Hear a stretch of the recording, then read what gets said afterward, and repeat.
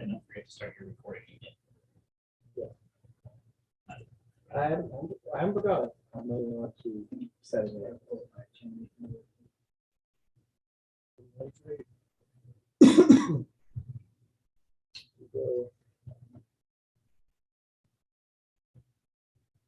I don't see the thing on the side though. For people who are calling it. Well, hit your recording and then you hit participants. There you go. Okay. Now, let's record. There you go. I guess it is.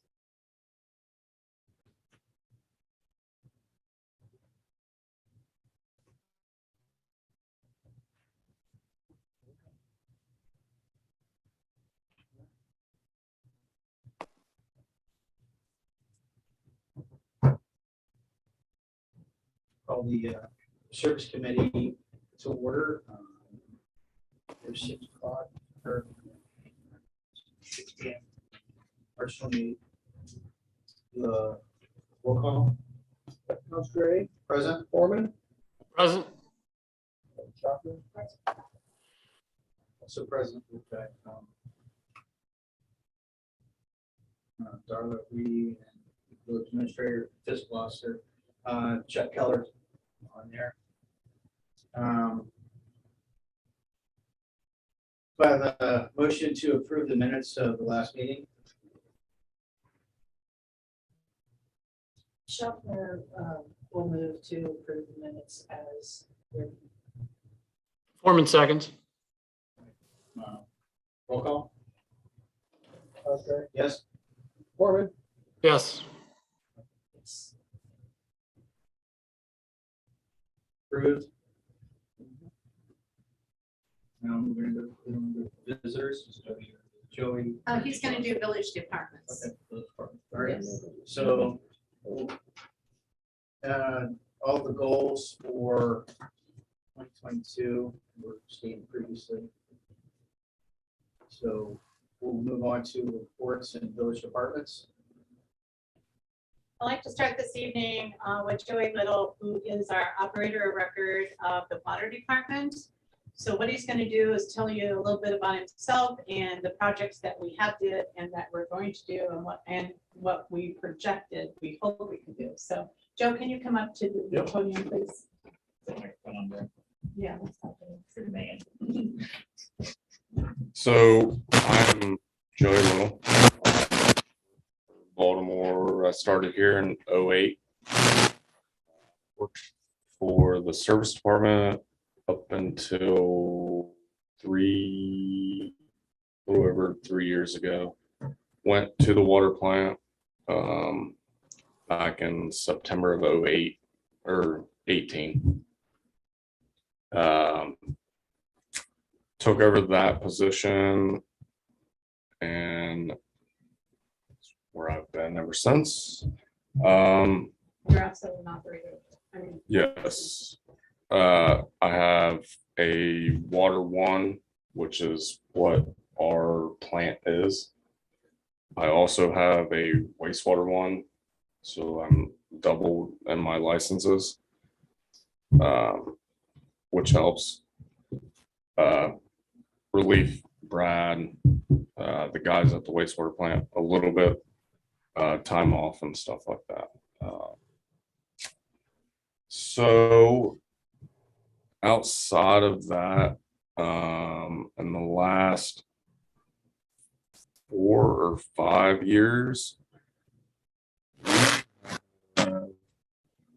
put in ourselves in-house roughly 1,600 feet of water line, between 4-inch and 6-inch.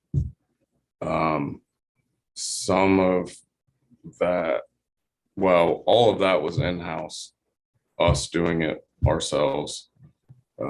We have also contracted between the loop line, Tremont Court, roughly 1,800 feet of line, which was also 6-inch. So we have replaced roughly 6 different sections of line that we were having problems with, between being a 2-inch, 4-inch, no hydrant at the end of it. To help with fire protection, also to help us potentially flush the way we need to flush. Prior to that, some of these spots we had nothing to flush, didn't have a hydrant on the end of it, couldn't do anything with it, so it's kind of stagnant water in a sense sitting there. The water plant is running great. We feed chlorine, we feed potassium permanganate. So potassium permanganate is an oxidizer for high iron and water. So it oxidizes it. Our pressure green filter sand filter pulls it out. We have two softeners that are rated at 250 gallons a minute, so potentially 500 gallons a minute. That softens the water. We try to range from 100 milligrams per liter to 175. We don't want to get too low with it because then it becomes corrosive. We don't want to get too high with it, then it stinks in a sense.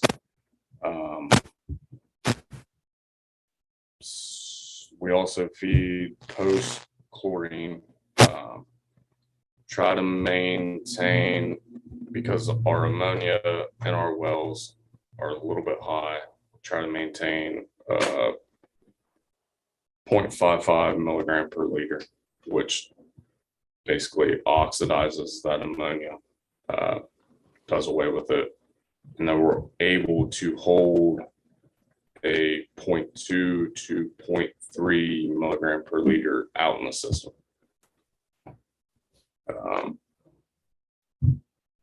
Ground storage tank consists of a 500,000 gallon tank. Tower is 400,000 gallons. So we have potentially 900,000 gallons of storage at 1 sense.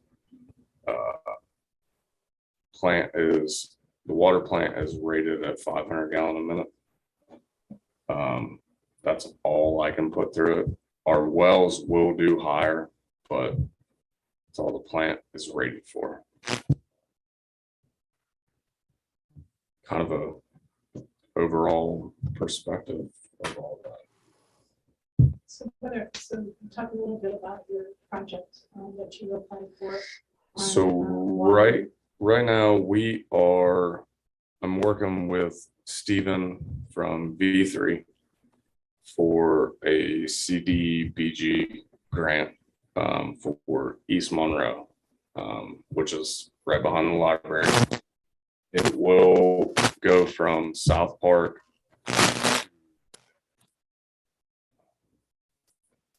we'll have a couple hydrants to replace and also add one at that dead end, which we do not have now. Right now it is a 2-inch line that goes to a dead end. It will tie into Gordon, South Gordon. So we'll redo that connection, which is a 6-inch.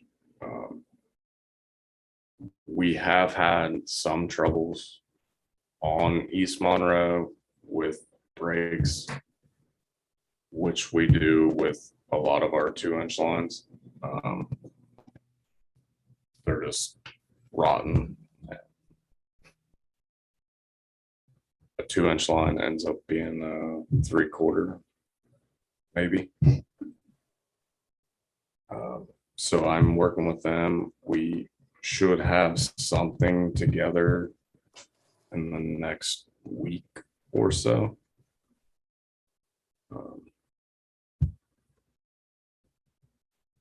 Outside of that, Just the only other one I can think of, Joe, is our OPWC project upon water and Granville. Are we putting in a water line? yes. Or a hydrant? OPWC, we're hoping to get for East Granville or North Granville to East Water, which we've already submitted, kind of in the works. We should know something maybe end of June-ish. Because we do have some issues. Once it hits East Water, it turns into a 2-inch. Our last hydrant is at North Granville and East Water. We do have some issues on the East Water side, as far as like a red water complaint, which is your iron manganese not being able to flush. We can't flush that section line at all. So we're working on that too. It's kind of where we're at. I know Joey walked you through the process of the plan, kind of in the air, but if you just let him know anytime, he will take you through the Yeah. plan and show you Anytime. exactly what he's talking about, which I think it'll make it a little clearer, you know, and then you can just either get a hold of me, I'll get a hold of him, and we'll get one or the other, and then he'll just take some time to take you on a tour. Oh, Any questions, Mr. Foreman, Mr. Keller? Or No. Joe? No, I Monroe, don't. that Monroe Street, that's going to loop that then? That 2-inch we're replacing will now be looped and feeding from both ends?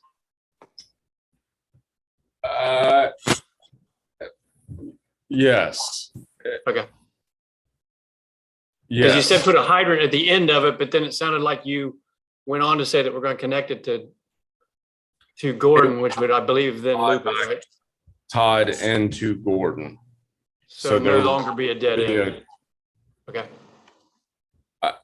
potentially it still will kind of be a dead end going from Gordon east, Oh, okay. but there will be a hydrant, which there is not now. Okay. So there's houses fed east of Gordon from that line? Yes. Okay. Is that where Tom Ansel lives up there, dead ends? Yes. Okay. Yeah. Okay.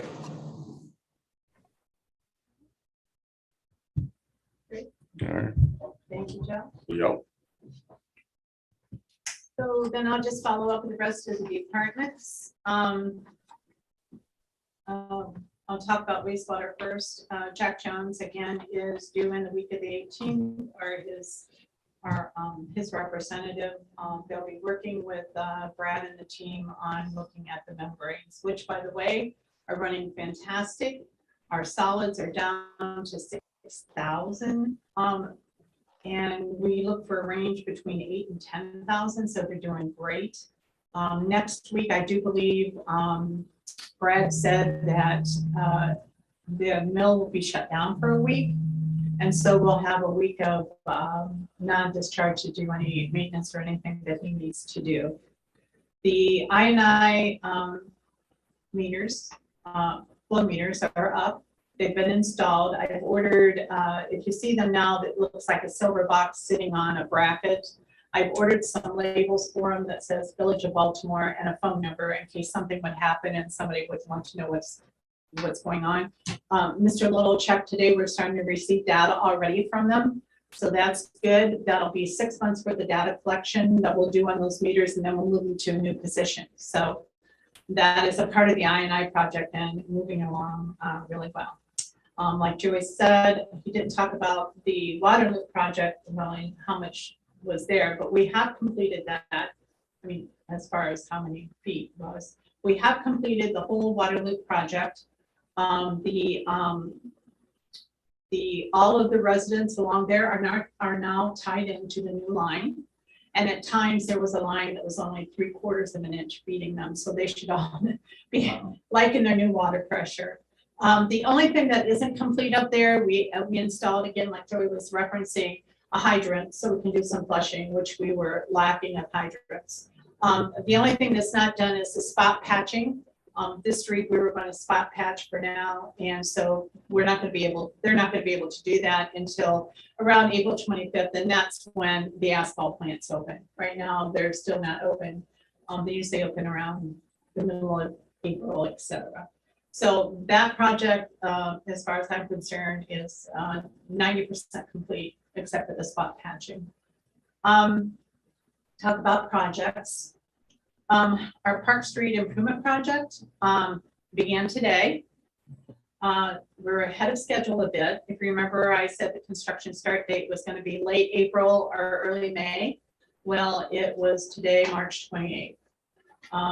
They started at the far side by Summer's Choice because our goal is to get all of the construction over on East Park Street, all of that part done along with Summer's Choice and the parking lot before the pool opens on Memorial Day.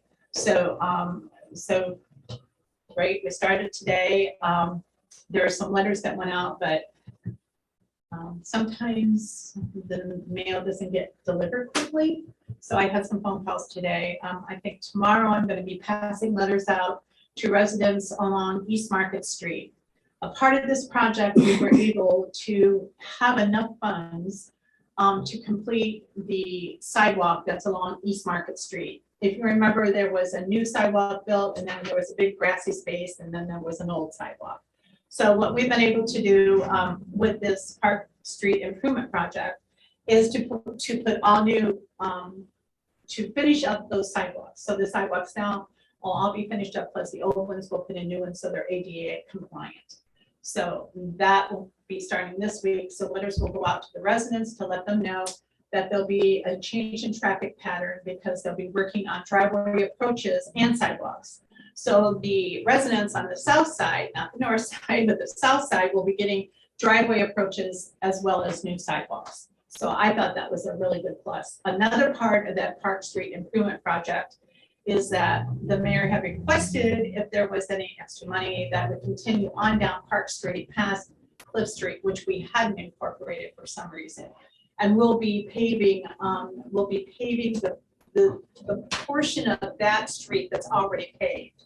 So in other words, after you get to the bridge down there, then it turns into stone. So we'll only be going to the bridge where the paving is. So we were very lucky that our contractor came in under our projected bid price, that we were able to add on those two projects, additional projects. Today they installed a hot tap on Monroe Street. That is kind of the project that Troy was talking about. Before they started, one of our goals is not to dig up the street after we pave it. So one of the things we wanted to do is make sure everything was in place before they did the paving over there to accommodate this new water line. So that was finished up today. I think that's all I have. Oh, you did see out front, there's a flashing light. Like we have a lot of lights on East Market Street now. It's going to be like a circus environment. Starting 4/18, which is April 18th, 256 East will be closed. They'll be working, if you remember, we've talked about how they're going to work on those turn lanes on 37 and 256. I had asked them to give me a date of when construction was going to begin. And I guess they sent it via a flashing sign. So that is the only update that I've had as to when they're going to start. How long it'll be closed out, I don't know. can we, while the sign is there, and it's obvious when it's gonna close and, hey, here's your notice. Can we see if they can move it further down, close to the corner, so it's not sitting right in front of a business? I will ask that. I mean, they're taking up 2 parking spots of a business. Yeah. I mean, granted, it goes down further, people park there for the business, but a big construction sign in front of a business This is, is probably not. yeah. I- Can they That's just very good. I'll ask move them. it down closer to the corner? Mhm. Of course, when we get it down there, then we'll complain about line of sight, but So I think that is all I have in the way of the department reports, sir. Awesome, thank you very much. So the next thing would be like Parks and Rec Board. One of the things that we have did is that, well, Joy just happens to be a great carpenter, by the way. He is building a box for our new AED equipment out to All Park. If you remember Casey Farmer and through the fire division, et cetera, got us a grant to get an AED for out to the park since we have so many people out there. This will be mounted on the outside of the refreshment stand that the soccer team uses. It'll be inside a box, so it'll be double protected, but still available for someone to get a hold of if they need it in an emergency. The other thing on the parks is I had a really good in-depth conversation with the new person who has taken over the Johnson girls softball organization. They have reorganized this year. There are a couple of things that need to be done over there. We're working with them on getting the electric hooked back up. The pole rotted off last year, and so it needs to be hooked up back up. So they're working on that. We're also working to get them access to the park during the construction time, and that will be through Gordon Street. Right now, if you remember, we have ballards in the end of Gordon Street so that people can't go through there because it was a racetrack. Well, we're going to move those ballards back, and that's going to be the entrance to the softball fields until the construction is done on park. So again, we targeted Memorial Day, everything should be done and put away, and then we'll button it back up. does that mean you're going to abide by the rules and Yes. play nice with everybody now? Yes, I sent, his name is Daniel Shively, is that what it is? Shirey, that's it. Daniel Shirey. I sent him an email today, and in 10 minutes I had a reply. And I was like, wow, this man is great. He really has a lot of lofty goals, and I think it's great that he wants to make sure that the communication and the relationship between all of his teams and the village is a good one. 30-second background. The girls softball previously thought they ran the park. And obviously, as a village park, we had a different take on that. And so now it sounds like Yes, I'm very excited about it. We had a very long conversation. So we have a park meeting on Wednesday night, and we'll be discussing how we're going to go forth with Johnson Park and All Park.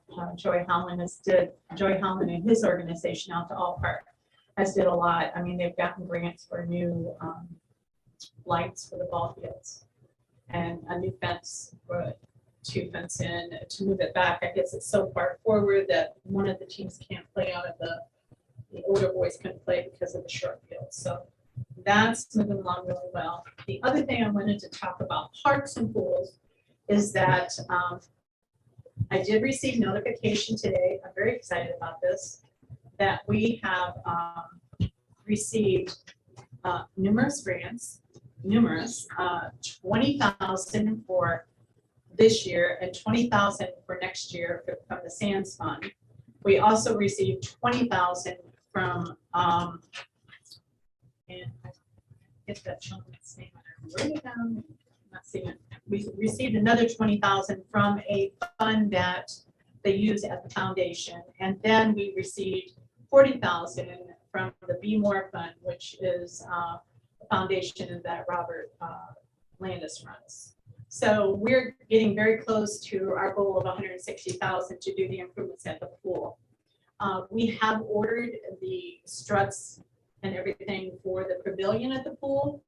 And I think we got about 1 or 2 more weeks before those arrive. And once those arrive, the staff will be putting that up themselves.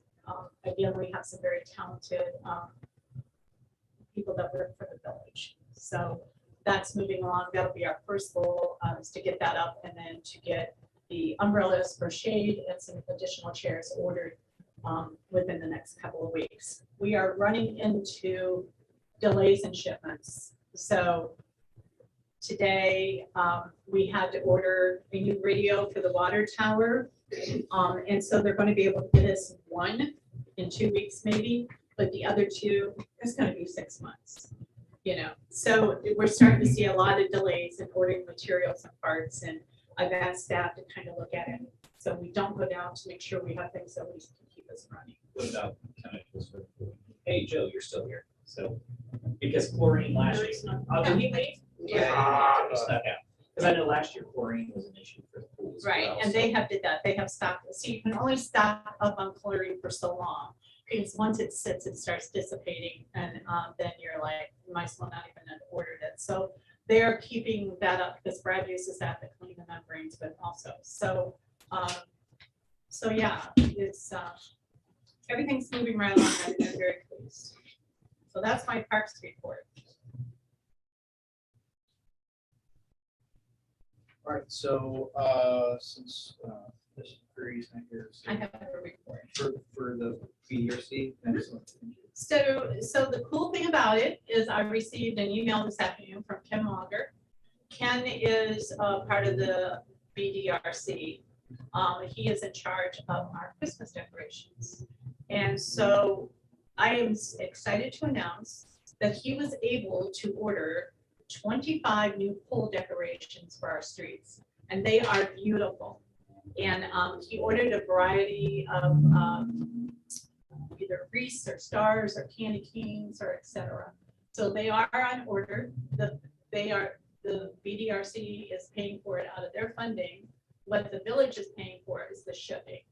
So and we so very excited about this. I think it's a great community project. And I'm really appreciative of the effort, not only that Ken, but the BDRC has put in to light up our streets once again, because those old ornaments were old. Yes. That's all I have. Sir. Well, excellent, thank you very much. We'll go to old business. Do we have any old business? Move on to new business. We have, first thing on the agenda for new business is Baltimore Residential Building Department. Well, let's do the salt contract and the solid waste support resolution, and then roll into the building department. That makes sense. All right, so every year we buy salt from the state, ODOT, and every year we have to pass a resolution to say what we're going to buy.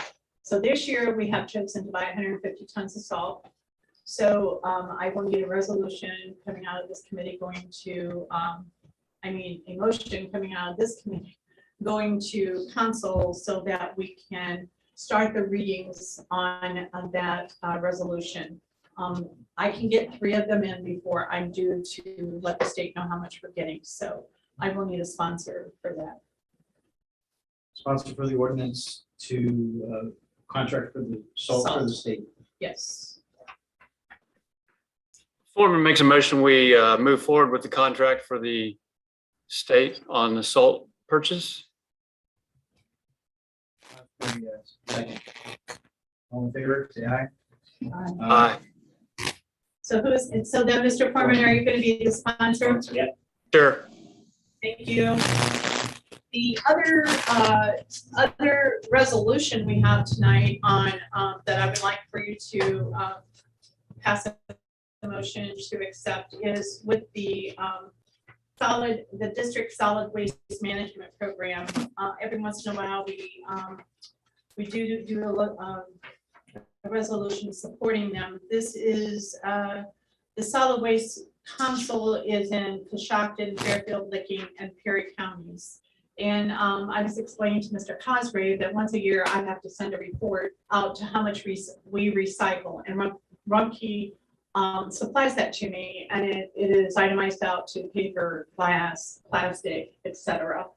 So this is a very important, I think, initiative. And so I would ask for consideration tonight that this motion, that someone makes a motion to pass this resolution updating the district solid waste management plan that we're a part of, or have been a part of. And this doesn't need to be as emergency, we're just doing this on for 3 readings, right? Again, I'm trying to get this thing, get with the 3 reading program, so. So I need a motion from someone. Foreman makes a motion, we move forward with the resolution. Cosgrave, second. All in favor, say aye. Aye. Thank you very much, I appreciate it. Now, Mr. Cosgrave, you can jump into Baltimore residential building. Right, right before Terry starts on this, Rick, what Terry is updating us on this residential building department stuff, search your memory, because Terry and I were talking about it, and it's going to come up less than 6 months into my first term. There was a meeting, and I don't remember if it was service or council, but you were here, Mike Schreier was here, and some of the other guys that were building homes in the village were here complaining about the cost that it was to do for Lancaster doing the building department at the time. At the time, Lancaster had a dysfunctional building department. Right. So, okay, good. You remember, it'll come up because I couldn't remember all of the details. So when we get there, Terry, Rick will have the memory for it. I remember the meeting, and Brian found minutes of a blurb, but I don't remember a lot, and I couldn't find my notes on everything. But I knew you were there, and it had to do with building, so I knew you'd remember. So Yeah, I don't have notes, but I remember it well. How's that? yeah. Good. All right, cool. So this is how this has come up. So last week I got a phone call from the state who said, Terry, I haven't received any reports from you for the last 4 years. And I said, for what? He said, for the residential building department. I said, well, that's because we don't have one. And I said, we did have one with Lancaster, and then Lancaster decided they didn't want to do it anymore, or I don't know who decided, because this was right after I came on board. So I was fairly like, okay. So what it is that you have to pay the state of Ohio a certain, I think it's a 1% fee for every application, value of the application that you process. So when I submitted that report in 2016 to them, I put 000 because we had nothing. You know, we just hadn't been doing it. So Chuck and Rick, what you can't see is I put together a little bit in case you don't. So when I start talking, you'll kind of understand. So there's numerous things that we do. So I'm going to digress for just a second. So this residential property department is supposed to be for the approval and inspections for all new construction, alteration, addition, repairs, demolitions, to assure the compliance with the Ohio building code. Okay.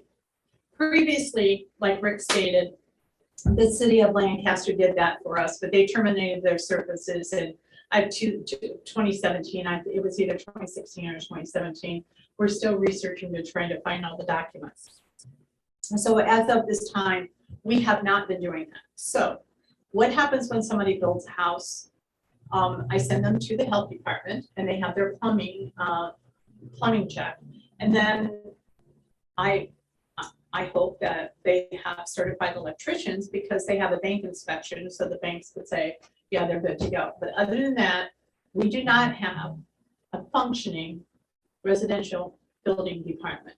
What we do have is a functioning commercial building department, because what that does, it reviews all of the plans for new businesses in town and performs inspections. So what happens is that the new businesses complete an occupancy form from the village. And what I do, that's where the zoning rules and regs come into play. All of these are intertwined. to make sure that what they're putting in there, what business they're putting in there is number one, allowed, and number two, they are doing all of the design standards that they need to do, including how many parking spaces that you have, and et cetera. So we do have a very functional commercial building department, which we are contract through Fairfield County Building Department. Now, the fees are regulated by the Fairfield County Building Department. We get no portion of their fees.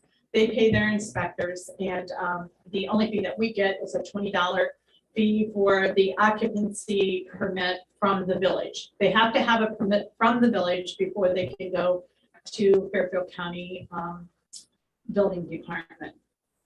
Which brings in the other thing that we have going on are the zoning rules and regulations of the Village of Baltimore. And those are just regulates the use of the land, which means it tells you what you can put on, where, and how. So when someone's building a new house, our inspections are, we go out, they have to mark out where the house is going to go. We make sure that the setbacks are right. We make sure that that where they're placing the house is correct, and the house or the accessory building. So depending on what they're applying for. So we use our zoning rules and regulations to help us with that. Those were rewritten in 2017 and passed by ordinance. So we currently enforce those by the use of permits and applications approvals. Now, if something happens that I don't make decisions, I go by the rules and regulations. So if there is something that contradicts the rules and regulations, then that applicant has the right to go before the planning and zoning board or the board of zoning appeals, depending on what it is. So that's where we're at, how zoning rules and regs regulate. We also, in 2016, adopted the International Property Maintenance Code.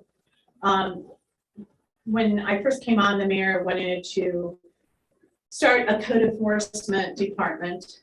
And so in order to start that department, we needed rules to go by and a person to do the inspections. So this regulates the minimum maintenance requirements for existing buildings and property with an emphasis on the health, safety, and welfare. So there are a lot of things inside the International Property Maintenance Code, including many things that are in the Residential Building Department Code from the Ohio Building Code. So we use these a lot. And then it comes code enforcement, which the mayor said, code enforcement, IPMC are kind of one. Well, they are, but they also enforce the zoning rules and regulations, and they enforce whatever the building inspector comes down to say about the commercial. So that's how all of this flows together. At the top of your paper is highlighted yellow, and those are the things that we currently do, and we have very functioning departments or areas. What is non-functional is our residential building department. Long explanation. So I reached out to Job, who told me that in 2005, there was an ordinance that created a residential building department. And this flourished until what Mr. Foreman and the mayor were just talking about, until we went to Lancaster for them to start doing the residential. Prior to that, there was somebody that was doing inspections for Ms. Hall. She was the village administrator at that time.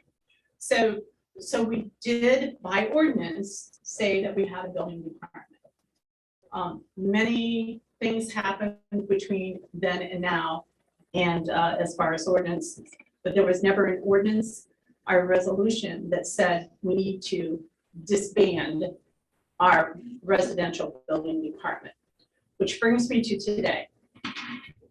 We need to make a choice. Council needs to decide, do you want to have a residential building department, number one, or don't you want, or do you not want to have one? If you want to have one, well, the good thing about it, it's already in place with the state. So what I do now is I would go out and search and find a certified inspector. I am not certified in electricity. I'm not certified in plumbing. So there's no way that I could be a residential property inspector. I believe to even contracts with another municipality, like you do with commercial, like Fairfield County, you have to have one for your village. So I guess the question is if the council decides to do away with the building department, there is no option to go and say, well, let's see if Fairfield County will do a commercial for us. You have to have it, so. And they won't. Can I weigh in there a minute? Yes, yes. Mr. Okay, at Clark. that time, Lancaster was very dysfunctional. They had a problem and they kind of knew it. Nothing was getting built.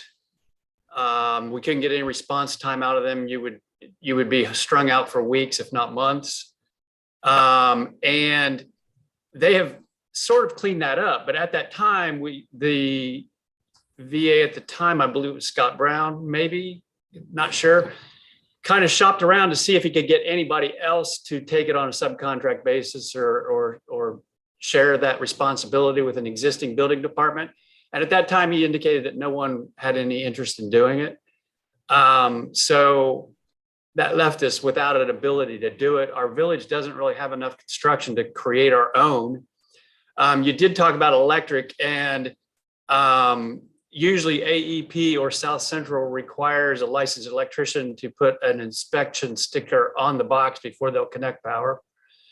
And the health department is very robust about inspecting all the plumbing of all natures. So those two are pretty well covered. When it comes to structural, I mean, I've built in other municipalities and none of them are good at it.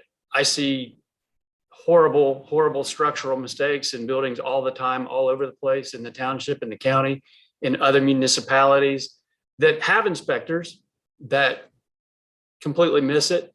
So I think if we think we can do that, I think we're kidding ourselves. And it's going to be a cost, and I think everybody needs to understand, you know, if it's not a cost to us, which there might be some sort of a cost just to put somebody on staff, like I have a code enforcement, but the cost is also going to be to the residents because they're going to have to pay whatever the fees are that that inspector charges. Again, I don't want to confuse everyone. Okay. If we have a building department, we can hire someone. Yes.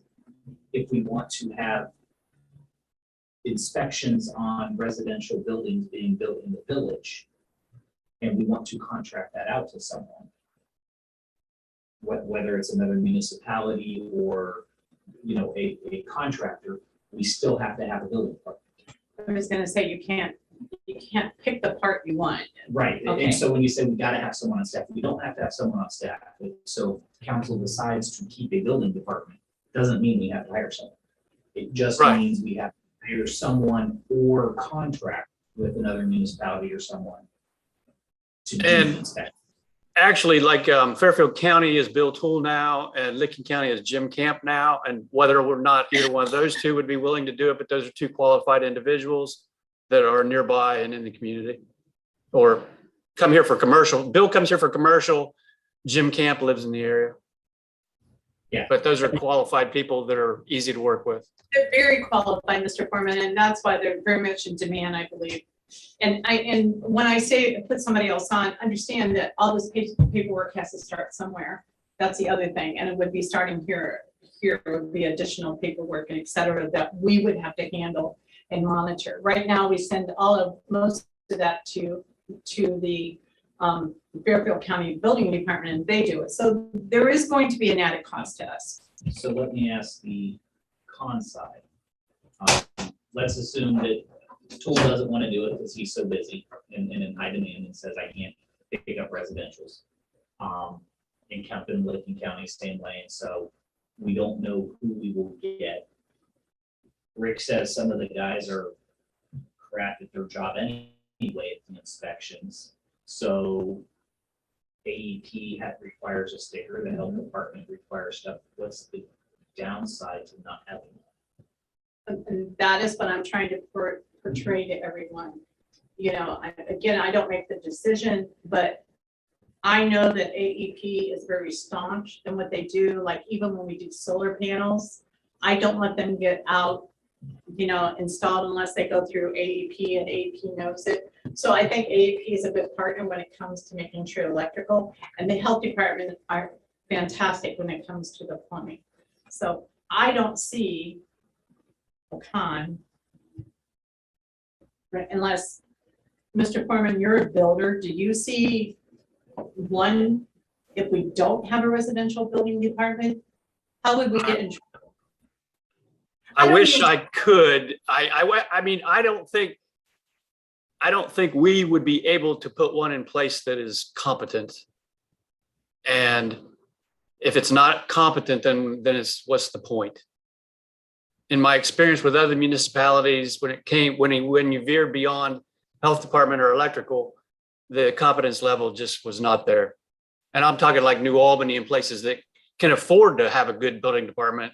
They have, right, and they have their own internal, but when you come to villages our size, that you very seldom find a residential building department.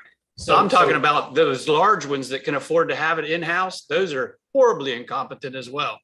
Yeah. So Rick, if Bill can't do it for us, you don't want to, is that what I'm hearing?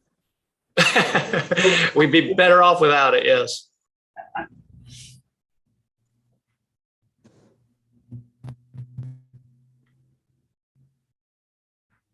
So I guess this committee needs to make a motion to go to council to let them know what One way your or the other. opinion is, one way or the other. And then from there, we would have Jeff prepare, if we decide not to do a residential building department, we would have Jeff prepare the legislation to eliminate the residential building department. If you want a residential building department, make that motion too, and then I'll get the wheels going to see if I can find someone who could fulfill that inspector role. So just Okay. so I understand, Sure. Rick is recommending that we eliminate the department. Is that what you're recommending, Rick?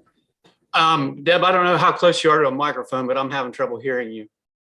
The way I'm understanding is that you are recommending that we eliminate the residential building department. For our municipality to be able to do that in a competent fashion, I don't think there's really a way we could do it. So if we can't do it, we need to be clear about that and eliminate it. Can I ask a follow-up on that? Yeah. What, Rick, in your opinion, would we have to do it competently so that we can weigh the pros and cons?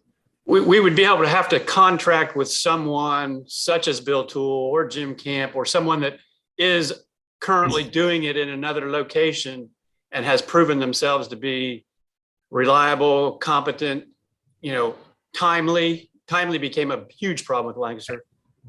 So, if we could put that together, I don't have a problem with it. I really don't. I don't like seeing people build things wrong either, because I see it every day. But is it worth then not making a decision yet and having Terry reach out to Bill and to see if that is something he would be interested in?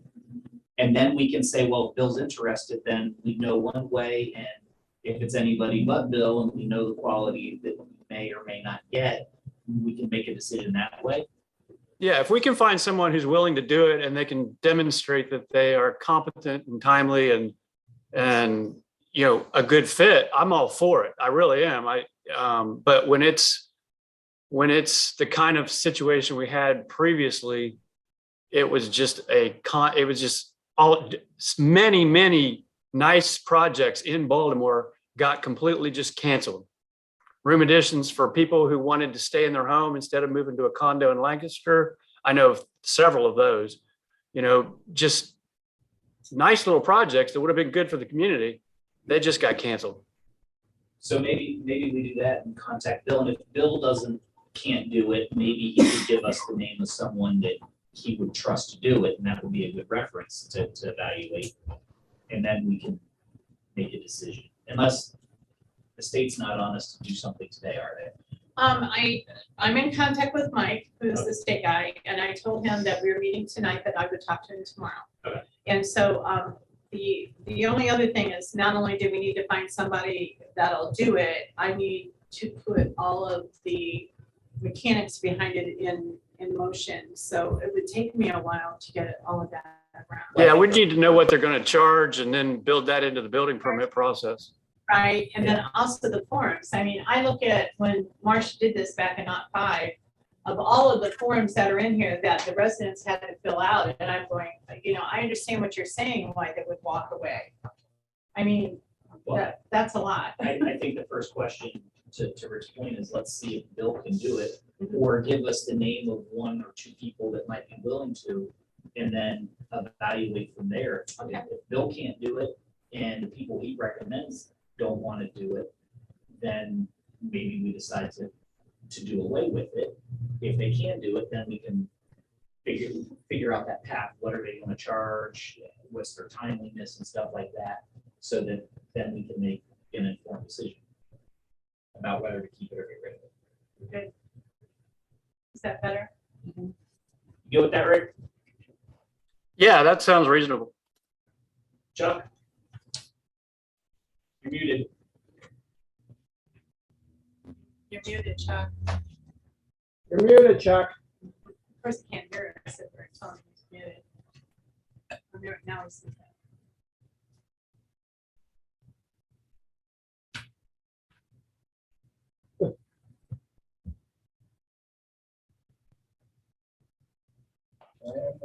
Chuck, I'm not sure what you said, but you were muted.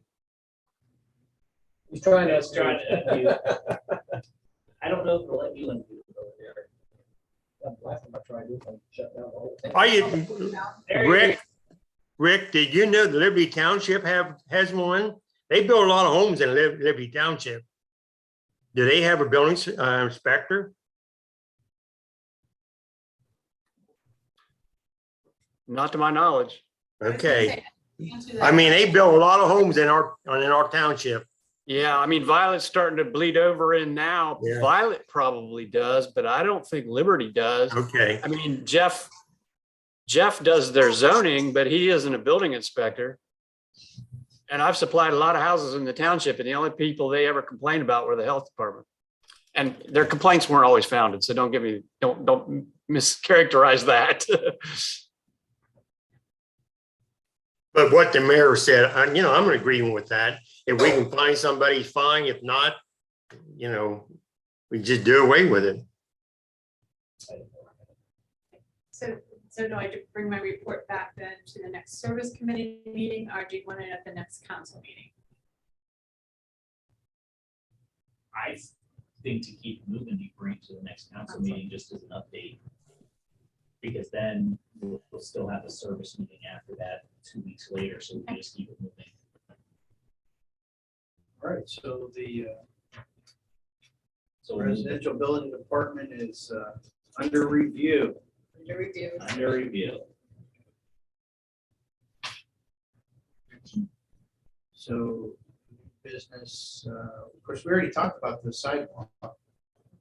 And then, Yes, I did. and then the next thing would be, we need to forward the salt ordinance. We already talked about that too.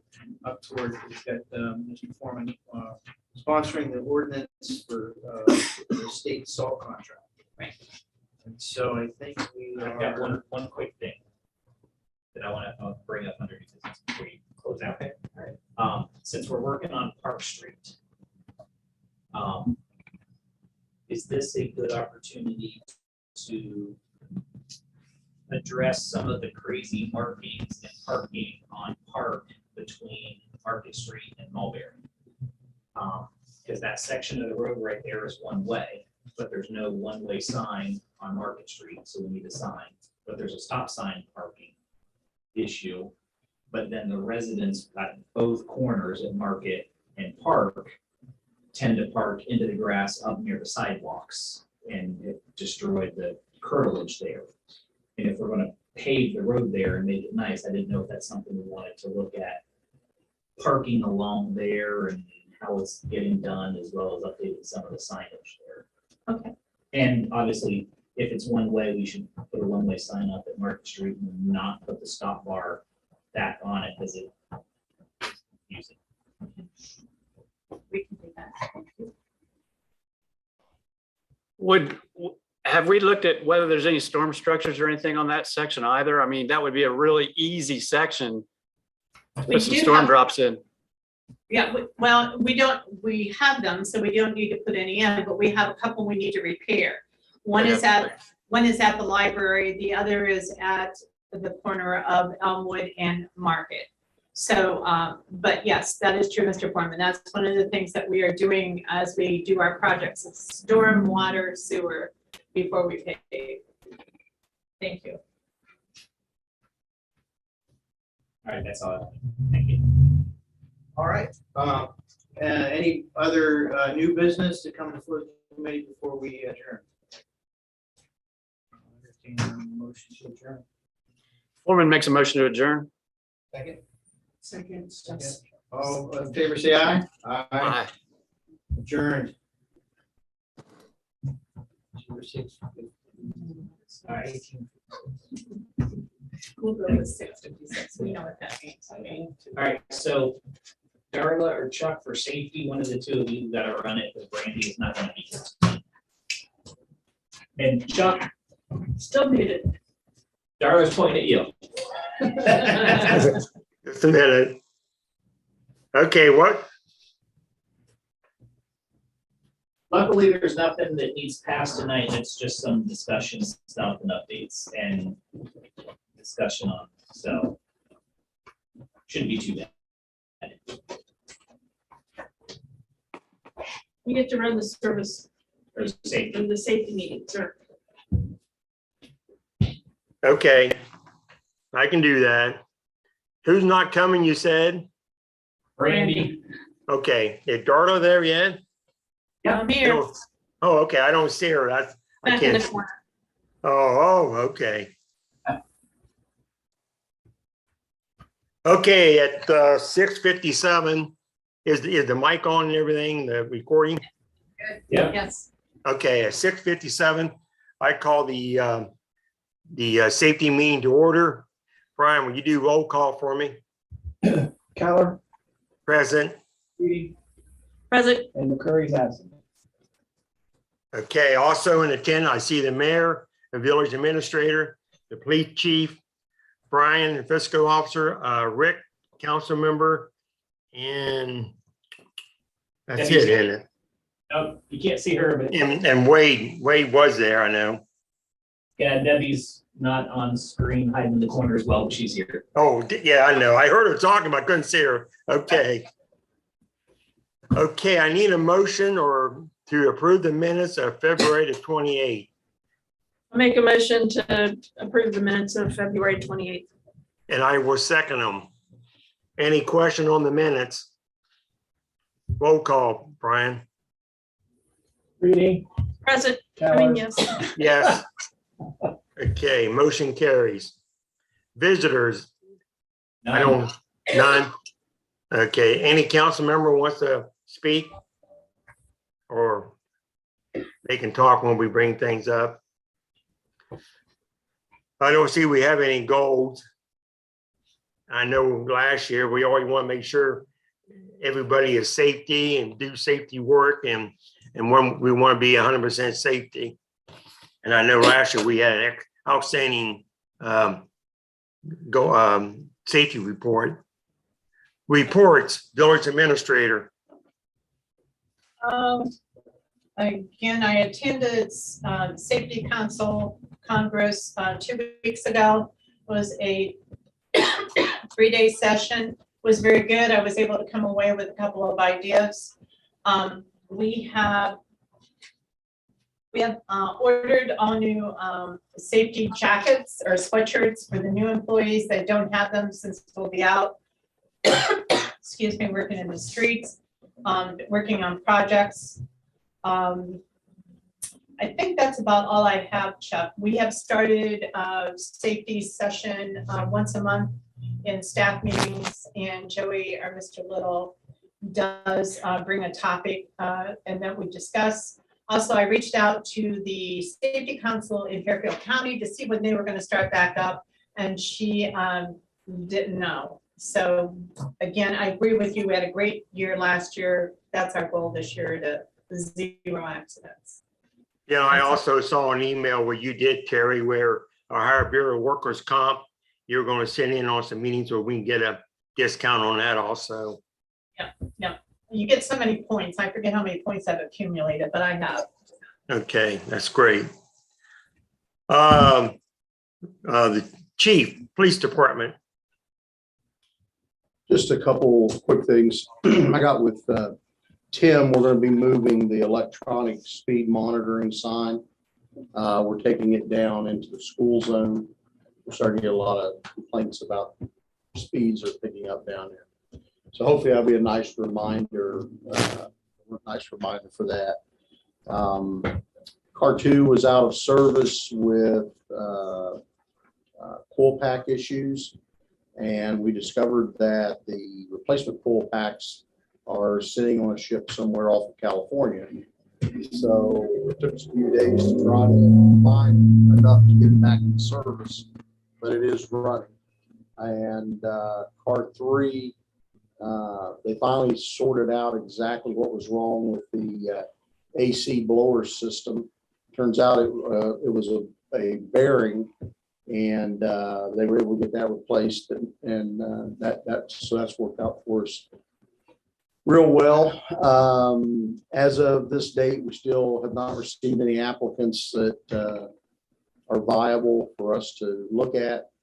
I've reached out to some other chiefs, this county and other counties, talked to them. Everybody's having exactly the same problem. You can't get anybody.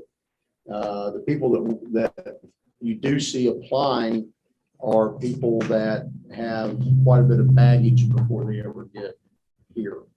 And that's not who we hire. That's not good. So with that, we've got training scheduled, which will start in June. That'll be firearms, taser. As I do every year, anybody on council that would like to get tasered, come on down. We'll taser you right up. So, but other than that, we're holding our own. We're doing what we need to do.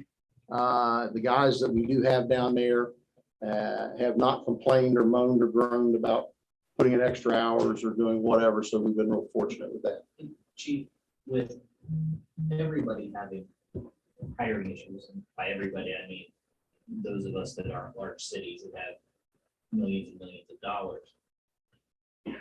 Is the OACP thought about talking with AG Yost about modifying the one commission per county rule, so that if I'm going to pick on Pickerington, I don't know if this is their case or not, but if Pickerington is saying we're not doing overtime right now unless you're in the middle of a call, but someone wants to pick up some extra shifts somewhere, they can come here and pick up a couple of shifts and help us out. I mean, I know there are good reasons behind one commission per county, but at the same time, when we're all having issues finding people from other counties at $5 a gallon to drive in plus qualifications, there are lots of police officers here, and there are lots of highway patrol, Franklin County departments, Licking County departments that actually live in and around Baltimore.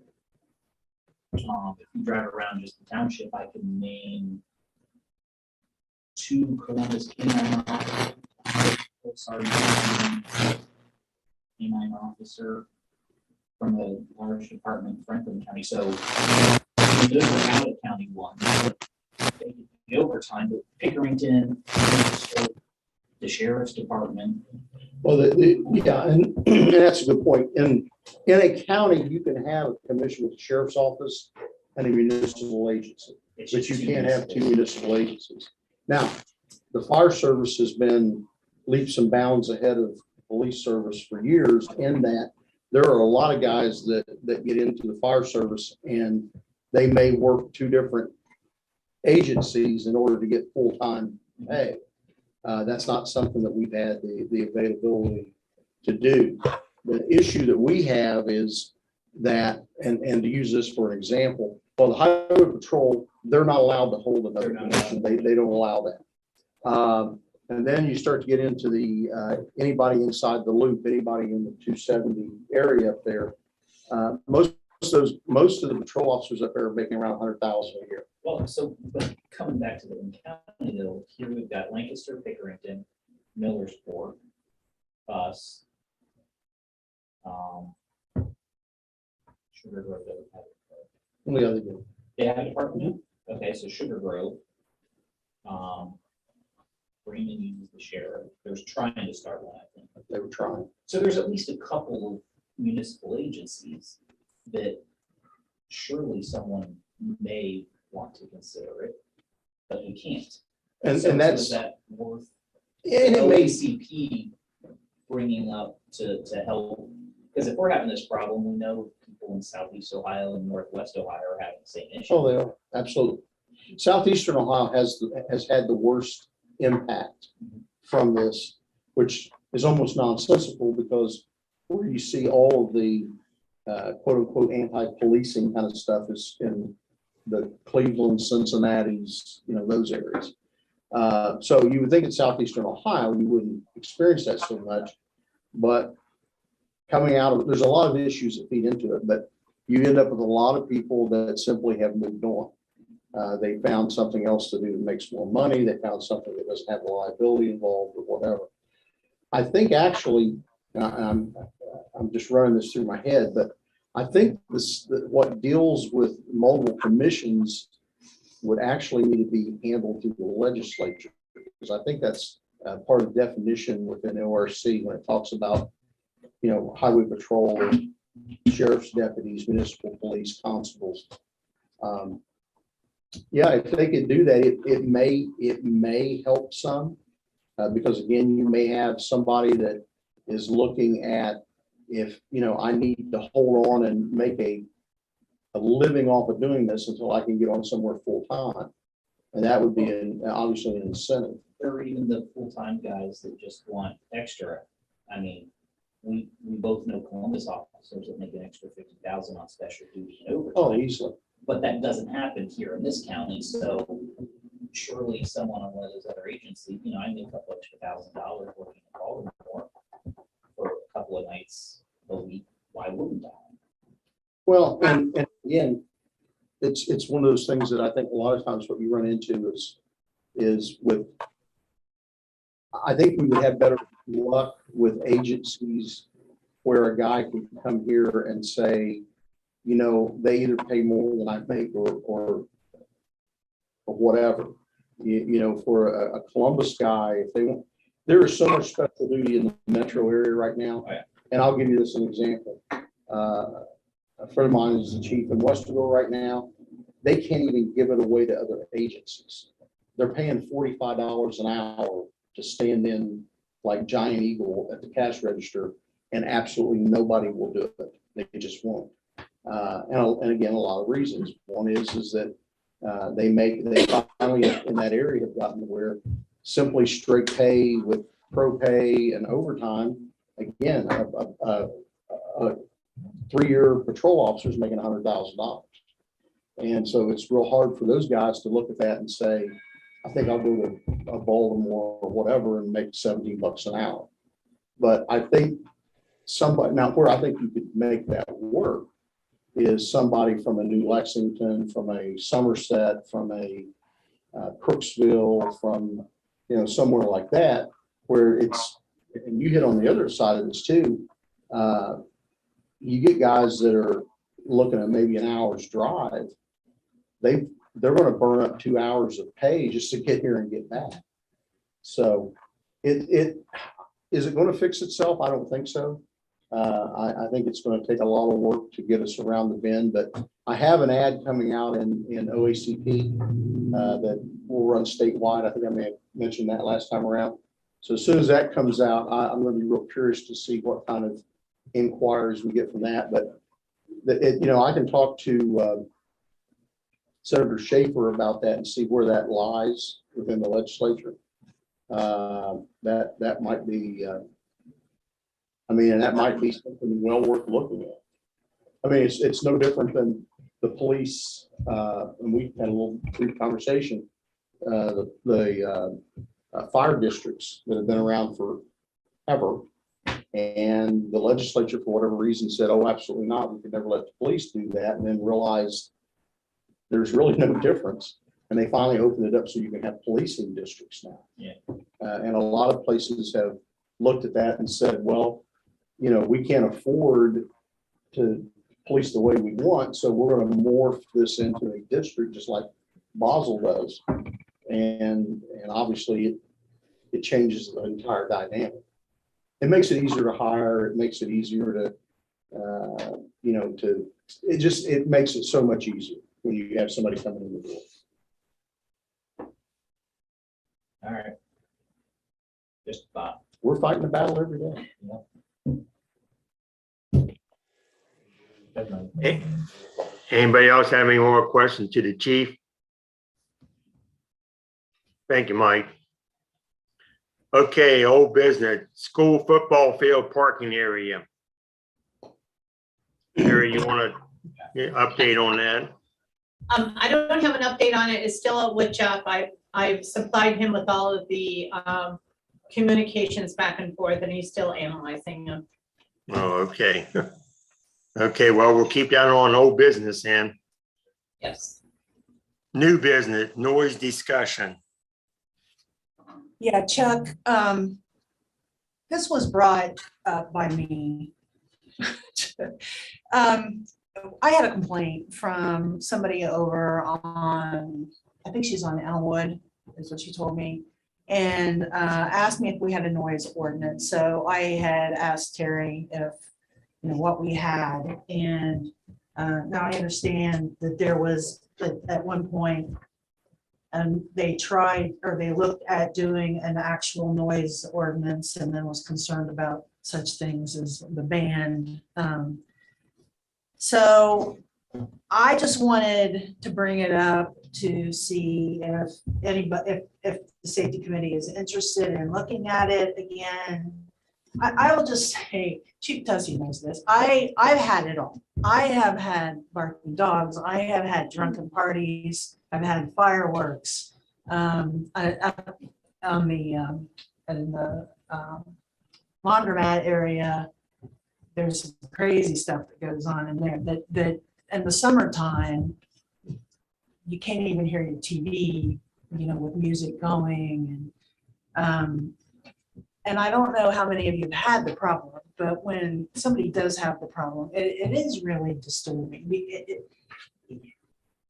I think that there are people who really would like to live in the country, or, you know, they should be living in the country, but live in town and don't have any respect for their neighbors. So anyway, I'm just putting it on the agenda to see if you guys want to take a look at it, and if not, that's fine, but. Well, Debbie, I you know, I'm looking at it here on my phone, and I know there's a lot in the ordinance about noise and whatnot. Is there anything that you want to add or tweak a little bit or anything? Well, the ordinance is the ordinance is not an ordinance. The ordinance is an ordinance that was drawn up in the past when they were looking at it at another time, and then decided not to go through with it. Oh, okay, so that is not one, okay. Correct. Well, I know we have something for like dogs, and I remember when we used to have a lot of trouble there at RP3, and I know the chief used to, you know, try to watch that. Well, and Chuck, we also have, there's always disorderly conduct of the persisting, you're loud, turn it down, come back. And then we have 64810, disturbing the peace, which is along the same lines as the disorderly conduct, noises thing. That defines clamors and noises to be heard 100 feet, outside of the vehicle from a distance of 100 feet or more. That's for like the boom box. Yeah. So, And this is something that we have on the books already, correct? The disturbing the peace one, yes, and disorderly conduct, we have both the local ordinance and there's a state code for it. The problem that we have with it is the way that the law is written. And it has been a pain in my side for 40 years. And I won't go into great detail, but when I was with Westerville abutted an outdoor amphitheater. It was in Columbus. I love going to Polaris. Well, thank you so much. I was a season holder, pass holder. They, so ultimately, at the end of the day, Westerville came up with a noise ordinance that said, you know, over a certain decimal level, blah, blah, blah, blah, blah. And because somebody in Westerville was being a Westervillian, they went to council and said, okay, here's the way this works. Every time that the marching band, either marching band or out on the field, I intend to call. And if necessary, I'll buy my own decimal meter and I want somebody cited. Now, obviously, that's about as petty in my book as you can possibly get, but that's kind of what you deal with.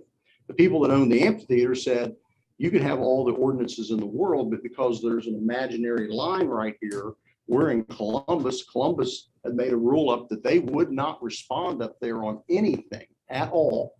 So you had multi-million-dollar homes built in an area called the Overlook, which looked down into this mess, who we would probably on a concert night average 35, 40 runs up there. And a lot of times it was just people wanted somebody to come up there and go, do you hear this? Well, yeah, we do. But there was nothing we could do about it. The problem with a lot of the noise ordinance stuff is that the way it is written, the officer has to witness it. So let's talk about two different issues. First, let's talk about the perpetual, and I think anybody that's lived in a town has had this problem, okay? Your neighbor moves in and they decide that when they go to Walmart, they are to put the dog on a stake out in the backyard. And it's bark, bark, bark, bark, bark, bark, bark. Well, no doubt in my mind that it is doing that. So our rule is, the rule we have down here is the officer pulls up, turns the car off, rolls the windows down, and we'll sit there for 10 to 15 minutes. And if they can hear the dog, the first time around, we give a warning because that seems fair. The second time around, if we hear that, then we can cite them. It's officer discretion, obviously, but we can cite them in. Or if we determine that the animal is in distress, we call the Humane Society and they'll come up and get the dog and cite them for whatever those maladies are. But it still makes it tough to enforce. So now you get into reasonableness. What is reasonable and what is unreasonable? So I get home from work and my wife says to me, you know, I have a flat tire on my car and it's out in the driveway and I really need to get that tire fixed. And it's like 8 o'clock at night, 8:30 at night. And I go out there and I go, I'm going to make quick work of this. I grab my air impact and I go out and go, ran, and take it off. Is that unreasonable? Well, most of what I have read through the courts is no, it's not, because it's not something you're doing every night. The situation itself is not static. So you're certainly allowed to do that. RP3, I guess, is where we need to end up for the best example of this. RP3 has had issues, and it literally has come down to where we had to almost be in there every night, whether there was anything going on or not, to just say, we're here checking out. Hey, how you guys doing tonight? We'll be outside here if you need anything. And it finally quieted down. But it's not because they're concerned about us writing them a ticket in the mayor's court. It's because after we get so many different things that we've documented, they become a nuisance and we can get their liquor license pulled, which means that it goes out of business and closes. And anybody that owns a bar or has anything to do with a bar does not want their money wagon to get sidetracked. So I have absolutely no issue with enforcing any sort of noise ordinance. All I would say is walk softly when you're deciding what you're going to do. I would highly suggest that council maybe contact some of the bigger cities where they have a history and they know what will stand muster in court, and take a look at that. Because the last thing in the world I want to get drug into is going over on a Friday night and telling the band, you got to stop playing, or whatever. It doesn't make the police department look good. It does not make the village look good. It certainly doesn't make anybody on this council look good if we start doing those sort of things. But there has to be an expectation of quality of life for who wants to live here. That's the other side of it. So again, if council would want, I'm more than happy to contact agencies in the Columbus area that I know have noise ordinances. And I could get those for Jeff. We could take a look through those and see whether or not that might be something that we could use here, maybe even pare down somewhat, into a smaller package for things. But again, I stepped through this battle in Westerville for 4 years fighting this noise ordinance thing. And it didn't matter who you made happy, you instantly made somebody else mad. It just did not matter. So that's one of those things. What we think, I'm in my garage, my barn, working on my car, listening to my bluegrass music, and the people across the street think that's the most god awful thing I've ever heard. And all of a sudden, I turned my stuff off, and Wade fires up his Hootie and the Blowfish, and I go, "What in the world is that?" It's so subjective. That's all I'm trying to say, I guess. But again, if you would want, I'd be more than willing to do that. I mean, I could probably have that done before next meeting. And sometimes it's fun. 'Cause Yeah. I always leave my radio in my garage on. So that when I go out there and get in the car, there's music playing. You go out there with rabbits, there's always music playing. And in the summer, my garage door's open. And sometimes the wind carries it. I can stand in one spot in my driveway and not hear it. And I can walk to my neighbor's front porch and I can hear it plain as day, because that's the way the wind's blowing that day. And their front porch is further away. And the very next day, it's vice versa. It's a good thing you don't live Yeah, Debbie, does that sound okay if the chief goes out there and looks around and brings something back? Sure, I just, and I think depends on what the committee wants to do as well. That sounds fine to me. Okay, chief, you want to just, see what you can come up with, because, and I'm like you, I lived there and right there with the Baltimore in the park, and we had the Baltimore Festival. And I know I can sit on my porch and I can hear the music good. And I'm not complaining, because I love the festival. But I'm sure somebody down the Park Drive there probably don't like it. But you can't help, everybody, there's always somebody going to complain. So I guess it's probably always me. Well, I really thought this ordinance was well written, and it did have exceptions that it seemed like the band, like if the band is what the worrisome part is, that it would fit into about public events. So actually, when I read through it, I was kind of impressed by. There was quite a bit of time spent. Yeah, you can tell. Yeah. And then Chuck, I have one other piece of new business. This is just, spring is here, and I don't know about anybody else on council, but this is something that worries me and a lot in the spring. And that is the number of people who push a stroller down the road, oftentimes in the middle of the road. And I don't know if you see this in any other parts of town, but on Washington Street particularly, I can't tell you. And the other day I was going up Washington Street, and there was a young lady who had not only a stroller but a large dog, and they were not on the sidewalk, they were in the road. Now, at least usually I see them walk on the right side of the road, which they shouldn't be doing. this person was on the left-hand side of the road, but, you know, there's cars parked there along Washington Street. I'm talking about just a block north or just a block east of Boswell. So she's literally out in the middle of the road.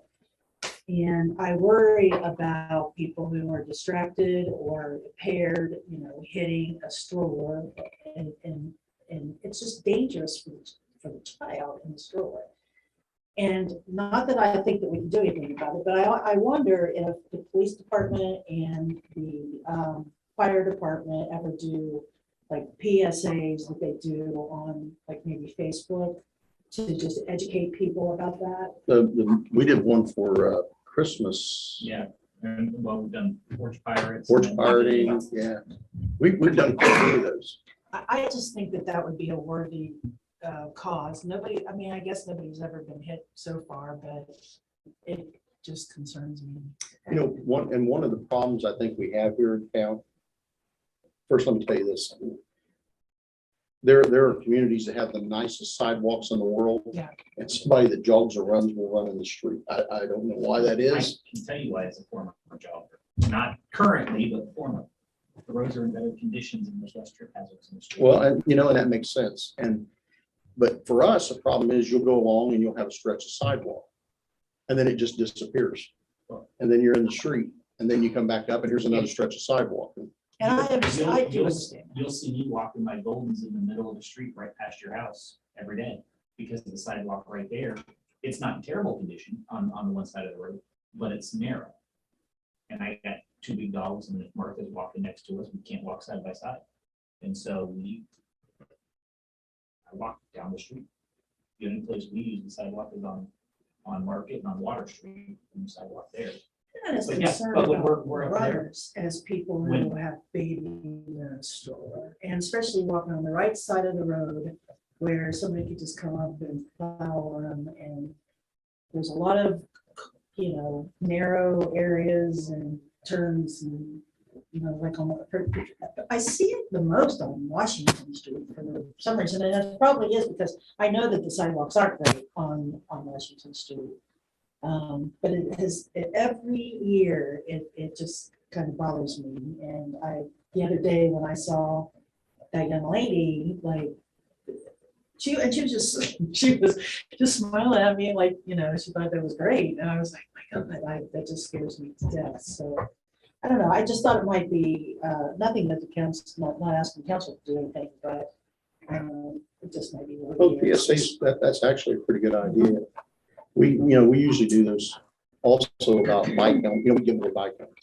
And we do a bike helmet when I know we do, just before school gets out, we do a watch your speed, the kids are out, you know, sort of thing. So, yeah, that would be something easy we could do.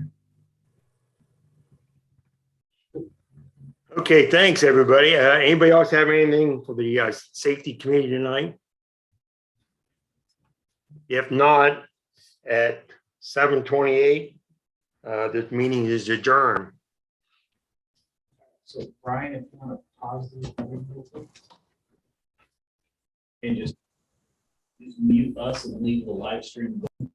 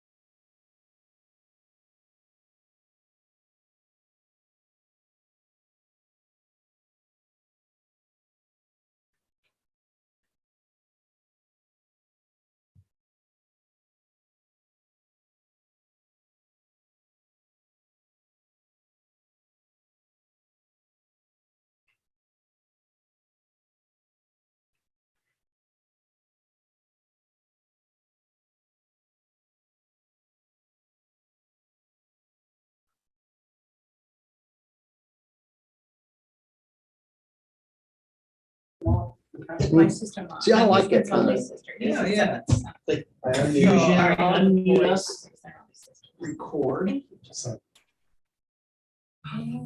Hopefully Rick's back.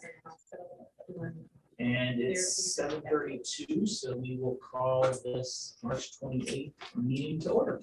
Oh, wait, I lost Darla real quick. We'll wait for Darla. She's in the dark. Yeah, we're paying attention. So Rick and Chuck are. Yes. Yep. Yes. Rick is in South Carolina, North Carolina. North Carolina, Chuck he is has in it- Florida. and Chuck is in Florida, and Rick has a tan already. I'm in Rodin. Now we'll call this meeting to order. I'm sorry.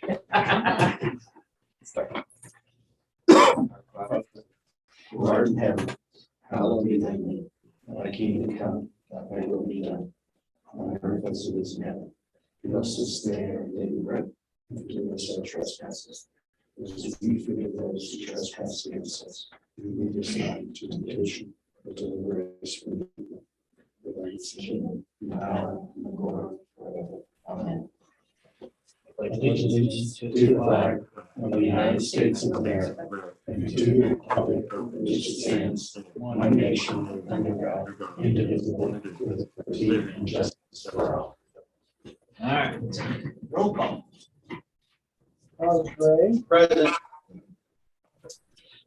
Foreman, Present.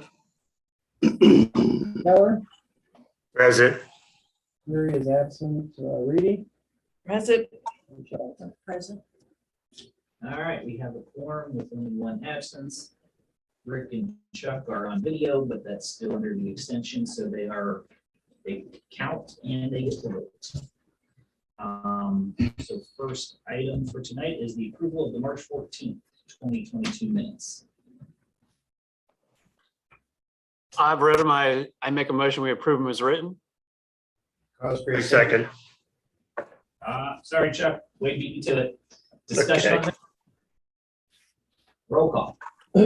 Charles Gray, yes. Keller, Yes. Reedy, Yes. Foreman, Yes. Shelton. Yes. All right, minutes be approved. Next is the agenda. There is one amendment. We need to add resolution 2022-09, which is a resolution updating the district solid waste management plan to the agenda for a first reading tonight. That is the only amendment I am aware of. Remind me, sponsors don't count, right? Correct. So is there a motion to amend and approve the agenda? I move I move that we approve the agenda as amended. Reedy second. All right. Discussion, roll call. Charles Gray, Yes. Keller, Yes. Reedy, Yes. Foreman, Yes. Shelton. Yes. All right, agenda approved. Visitors, none here, none online. So we'll go on to reports. I'll keep mine quick.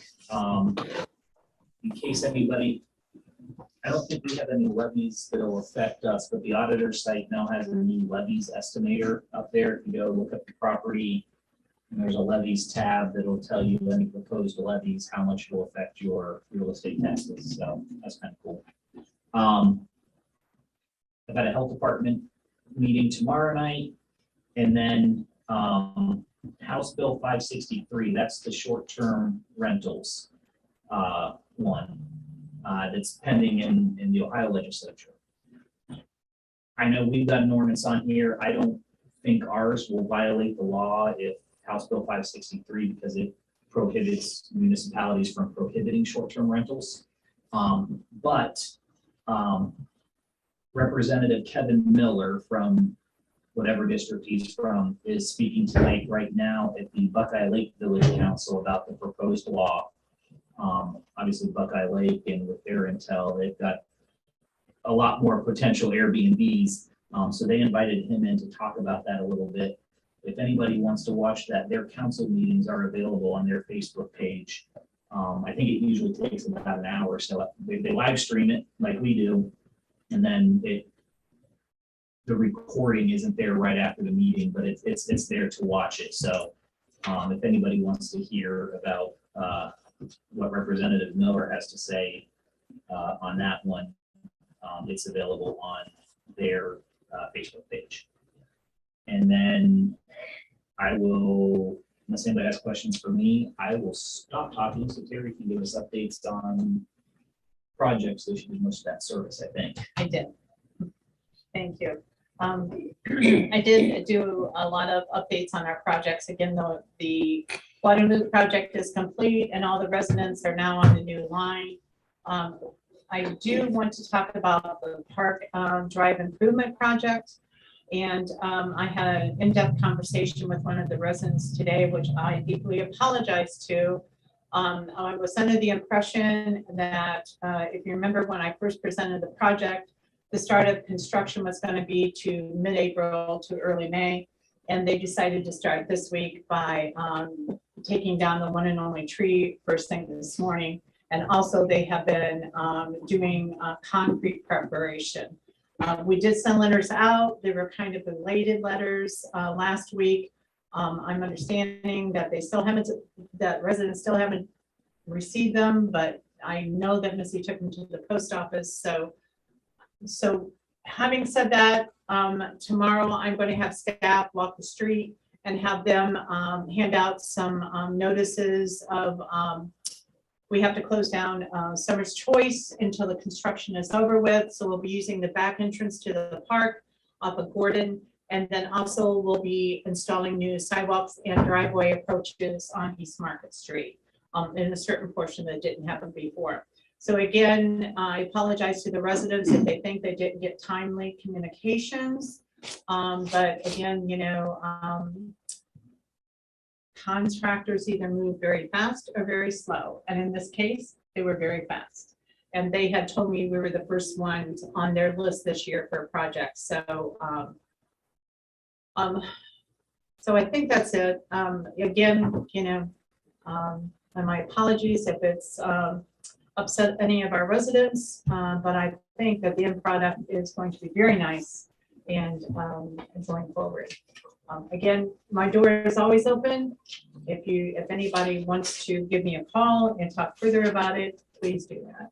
That's all I have, sir. Questions for Terry? Brian? In case you're not aware, this year we are up for an audit. We get audited every 2 years. And I've been dealing with the auditors for about, answering their questions for about a month and a half. Anyway, to take a long story short, a couple weeks ago, I received an email from the state of Ohio Auditor's Office that said we had a modification to this year's audit. And I looked into it, and what it was is one of the things that the auditors have me do is fill out some kind of questionnaire and ask you questions like, how much did you spend in money in the previous 2 fiscal years, what your budget was, and so forth, with the change of fiscal officers, that kind of stuff. Long story short, the modification evidently, because we had no comments in the last audit or major other comments, that we qualified for a agreed upon procedures audit this year, which is going to result in a cost reduction. The original cost was going to be $11,400 for the audit. It has been reduced to $7,800. So we got some good news a couple weeks ago. Anything else? Nope. All right. Yeah. Just one new piece of legislation. Well, I'm sorry, that survived the amendment to the agenda. Actually, 2 pieces on for the first reading. So ordinance 2022-08 is an ordinance authorizing the village to participate in the ODOT road salt contract awarded in 2022 and the declaration of an emergency. Second one is resolution 2022-09 No emergency language on that. That's a resolution updating the district solid waste management plan. That's done about every 3 years. And so that can go to 3 readings because there's time for that to go to 3 readings. So no need for emergency on that. One ordinance on for second reading, 2022-07, which is the no parking on a portion of Short Street. And then one ordinance on for a third reading, third and final reading, which is an ordinance to rezone 0 South Market Street. That's a 17.476 acre parcel from suburban single-family residential district R2 to planned unit development district or PUD. And then one tabled ordinance. That's all I have. Any reports, finance? Okay, Mayor, we didn't have one. We had one a couple weeks ago, and our next finance meeting will be April the 11th at 6 o'clock. And service? We met this evening, 6 o'clock. We had an excellent report by Mr. Joe Little on the progress of the different projects.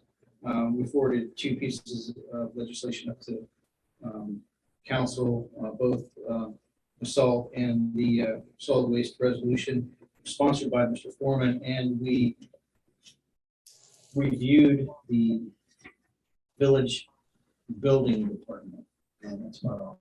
And then our next meeting is going to be fourth Wednesday.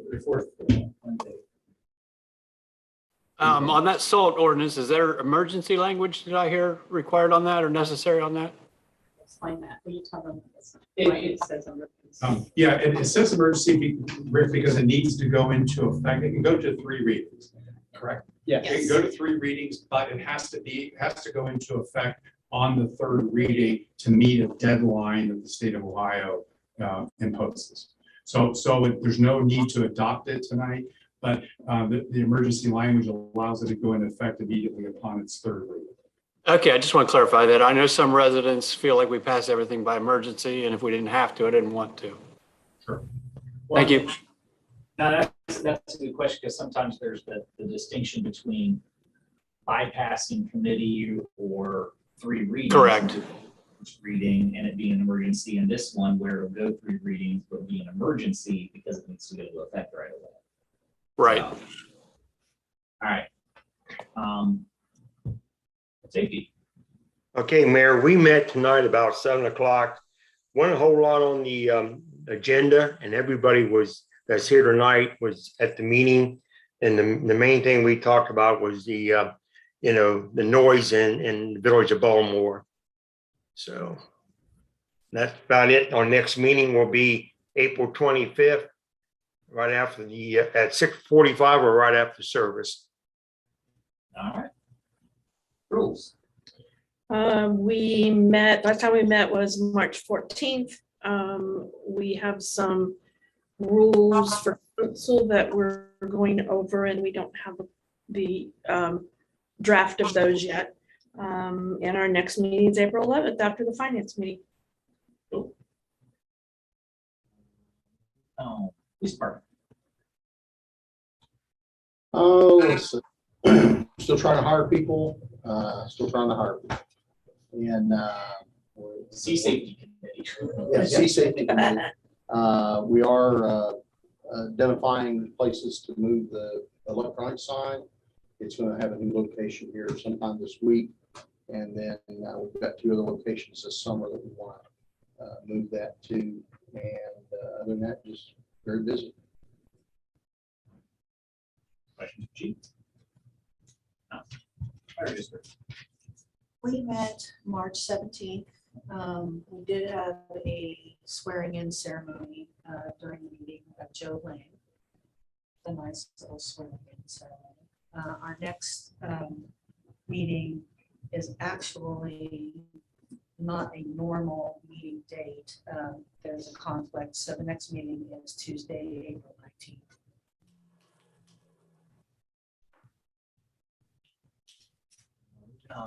Planning and zoning, we haven't met since the last meeting. Our next meeting is April 14th.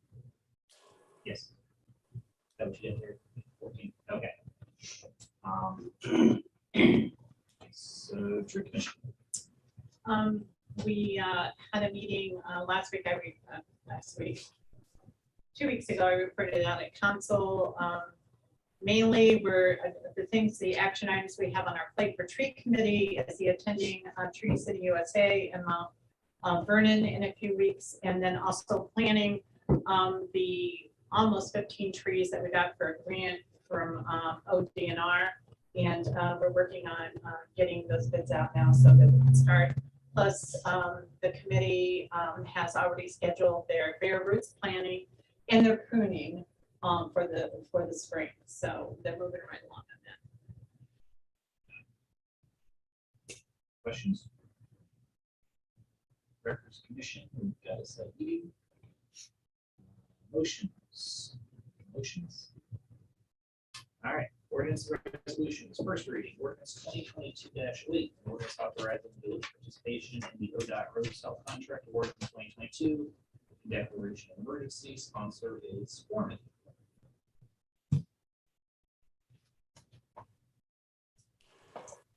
Yeah, as we discussed earlier, we're just putting this on for three readings and then we'll pass it by emergency. So just an ordinance to negotiate the salt.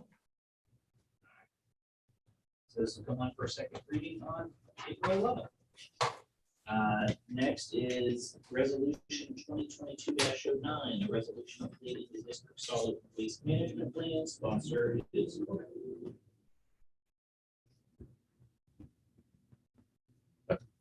It's gone. Oh, Rick. All right, well, this one was discussed. There is. What was that? What? You got 2022-09, the solid waste one too, real quick. Oh, okay, yeah. This is just an ordinance to make sure that the waste management company takes care of our recycling program and makes that happen. So I think this is just on for yet another reading. Yep, it'll come on for a second, April 11th. All right, moving on, second reading, ordinance 2022-07, an ordinance amending section 452.16 of the Baltimore codified ordinances, parking prohibited on certain streets and the traffic control map to provide for no parking on a portion of Short Street. Sponsor is Miller. Okay, Mayor, this is the second reading and it will go to third reading. All right, this will come on April 11th. Third reading, ordinance 2022-06, an ordinance to rezone 0 South Main Street, a 17.476 acre parcel from suburban single family residential R2 to planned unit development district UD. Sponsor is McCreary, who is absent tonight. So if someone wouldn't mind making a motion to adopt on this one for it. I was going to make some motion to adopt ordinance 2022-06, rezoning 17.5 acre parcel. All right. There's a second. Second. Discussion. I have a question. Do we know in these kind of situations, how much communication is done with the school as well? That was brought up to me about, I don't think it's going to matter much with this particular development, but maybe future developments where there's more planned units that the school can actually handle any kind of an increase in their population and school population. I don't know how much, to be honest, that they do with the school. I know in others I've been involved in different municipalities, we don't notify the school. You don't. Because I mean, it affects them, but at the same time, there's free readings and public hearings and planning and zoning meetings, so there's at least at least 5 opportunities and 2 public hearings for them to be able to voice anything about it. Any other discussion? If not, roll call. Okay, Cosgrave, Yes. Foreman, Yes. Keller, Yes, Keating, Yes. Schaffner, yes. All right, 5-0, 2022-06 will be adopted. Tabled ordinance is 2021-25. That's the one that has to do from planning and zoning with regards to short-term rentals. I mentioned earlier about the House bill and, Yeah, I'd like to just ask a question here.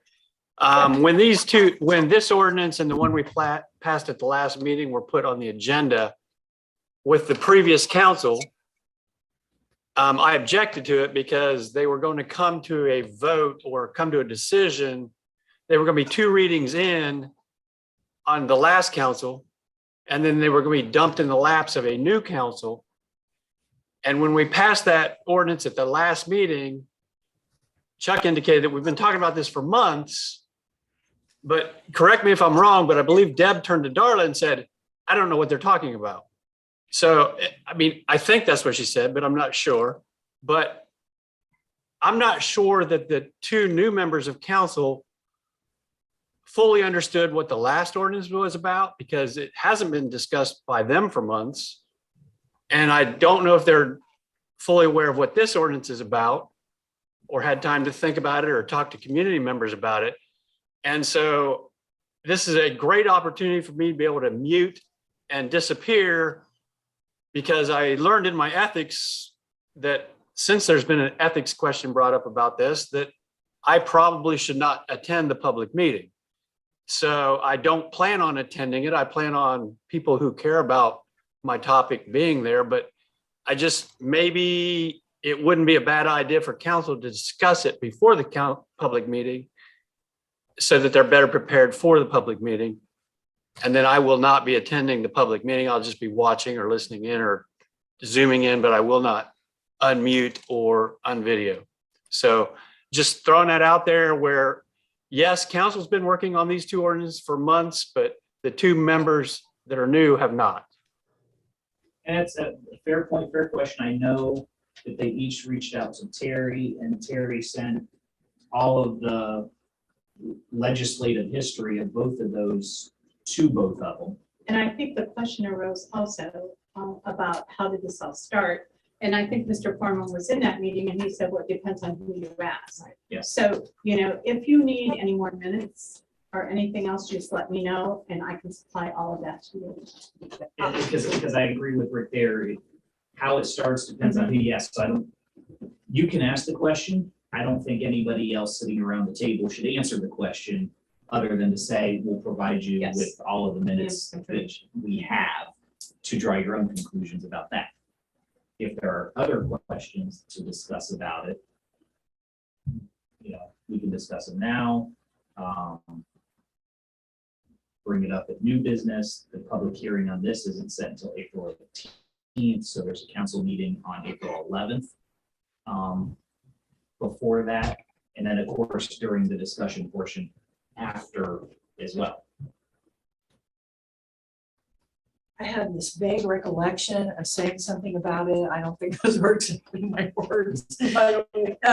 But I actually spent Saturday reading all of those, everything that you said. I had not read it until then. And Saturday I spent a great deal of time reading and getting myself up to date on it.